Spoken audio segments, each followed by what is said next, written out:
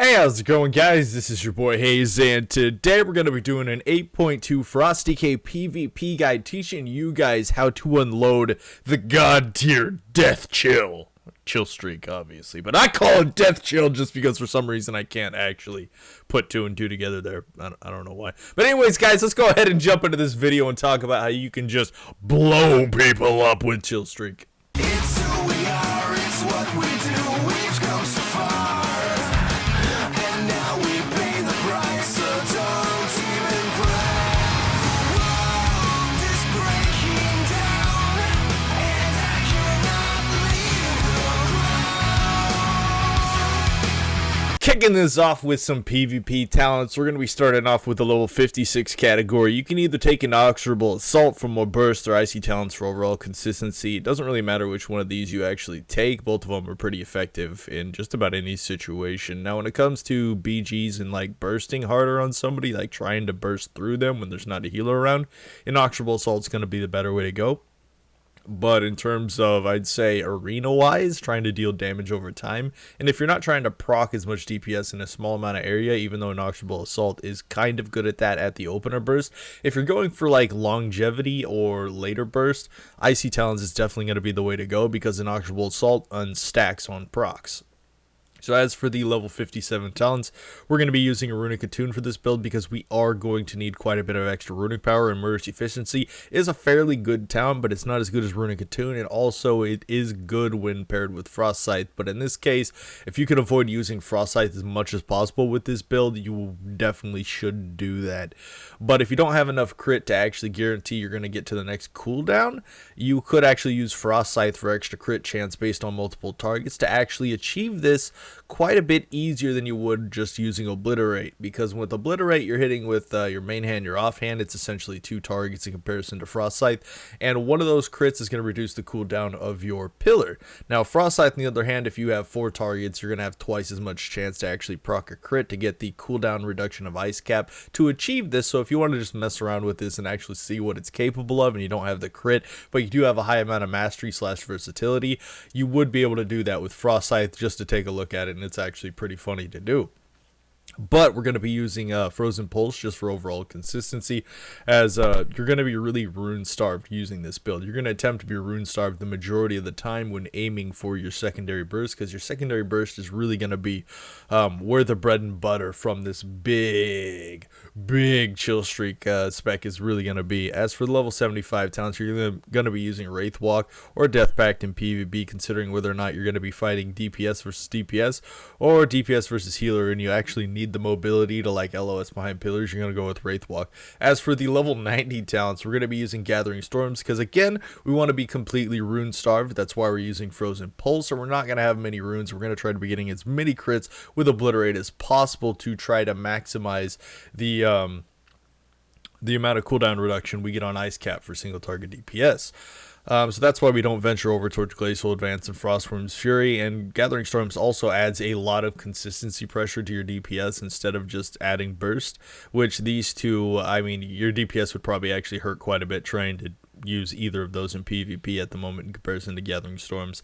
As for the level 100 talents, we're going to be going, this build specifically requires Ice Cap. If you run Obliteration, you run Breath, obviously neither of those abilities are going to allow you to be able to do this with Chill Streak.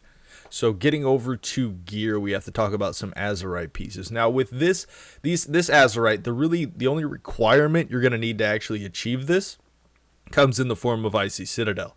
Now your secondary slots don't necessarily matter, but you can cheese the damage even harder if you're able to, let's say, obtain a triple trade winds build, which would increase your mastery by another like 1,500 inside of PvP scenarios, maybe even more if you have like higher level ones. But basically what it's going to do is increase your mastery by, I think it's around 20 to 25%, which is 20 to 25% extra damage on your chill streak, making it hit even harder than what you're going to see in this video. So the highest chill streak you could probably get in my head, probably about 150 to 160k. Now inside PvP scenarios, it's going to be about 80 to 100k. I gotta say is the best that somebody's going to probably be able to do with this kind of variation of build. On average, you're going to hit probably 60 to 70k, which is generally what I'm hitting for with this. But if you get off good cooldowns and you have good procs, like the sky's the limit with this build. It's actually pretty insane, the stuff you could actually do with it.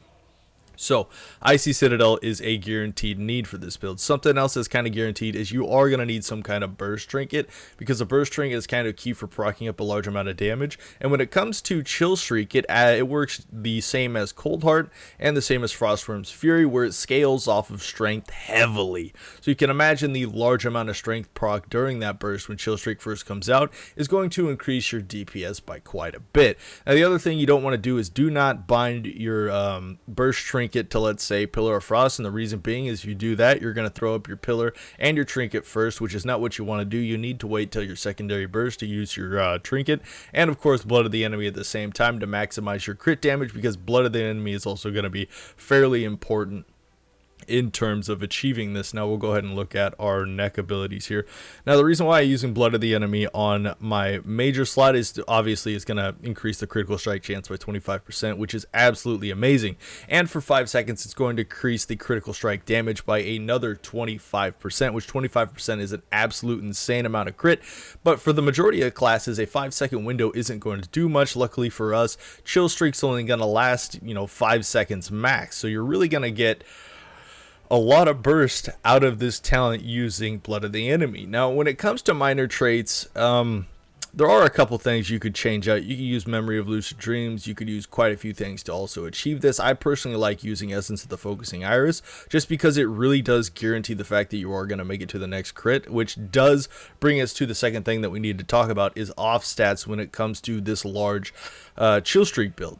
Now, what I've come to find out is you do need around 20 to 25% crit to make this build actually work, and to make sure those crits are reliable to reach your next Chill Streak. If you don't have your crit around 20 to 25%, it's going to be extremely difficult for you to close that gap, unless you're using Frost Scythe, because there's that little cheese mechanic you can do there for Battlegrounds and stuff like that.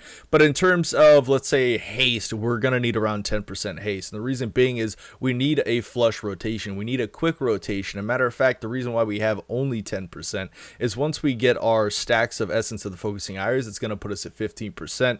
We're going to throw up Empower Rune Weapon early, which is going to line us up for our secondary burst, which is going to put us at another extra 15%, which is going to bring us to about 25%. So combined, our haste should actually end up around 30+%, which is going to give us a very strong overall rotation. And once everything procs for our critical strike rating, also off to the minor of Blood of the Enemy, we're going to be looking at like 30 to 35% crit off of Blood of the Enemy, which is going to give us a very large amount of base stat. Now you can see I'm only running 36% mastery. It's because I sacrificed the majority of my mastery for versatility to increase the overall damage. So with this spec, how do you maximize the ice cap?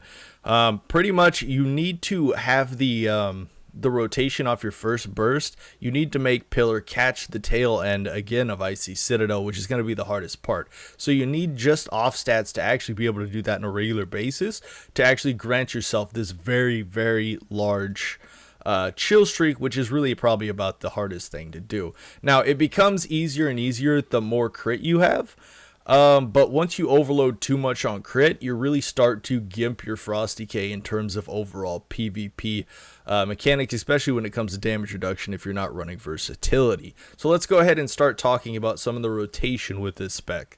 Now, when it comes to opening up DPS on this spec, you don't necessarily want to pop Pillar up front. You'd think you'd want to, but you really don't. There is a little bit of a setup you can do to it that is going to make it a little bit better than it previously was. Now, your first opener is going to last 15 seconds. And then after that, you're going to have about, I'd say, 2 to 10 seconds downtime, 10 seconds if you're really unlucky, before you're actually going to be able to reach that secondary burst. Now, running this spec, if you're running with Frost Scythe and things like that, I can literally get one pillar to come off cooldown as the other one procs up, which is actually pretty insane when I'm running higher crit.